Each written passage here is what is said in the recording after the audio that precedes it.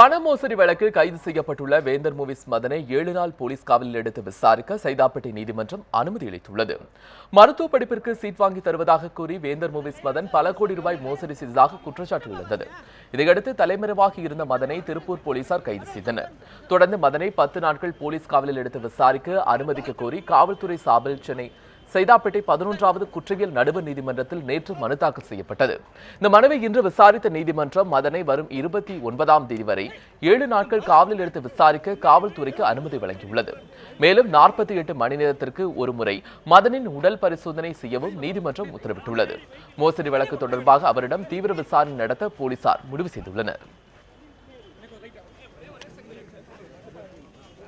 வழக்கை விசாரித்த பின் நீதிபதி அவர்களுக்கு 6 நாட்கள் இன்று மதியம் 1 மணியிலிருந்து 29ஆம் தேதி மதியம்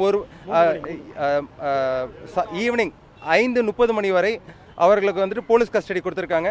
ஸோ அந்த போலீஸ் கஸ்டடி இருக்கிற கால அவகாசத்தில் 48 மணி நேரத்துக்கு ஒரு வாட்டி மருத்துவ சிகிச்சையும் 24 மணி நேரத்துக்கு ஒரு முறை அவரது வழக்கறிஞர் 15 நிமிடம் பார்க்கலாம் அப்படின்னு சொல்லிட்டு அந்த ஆர்டரில் விலாவரியாக போட்டிருக்காங்க.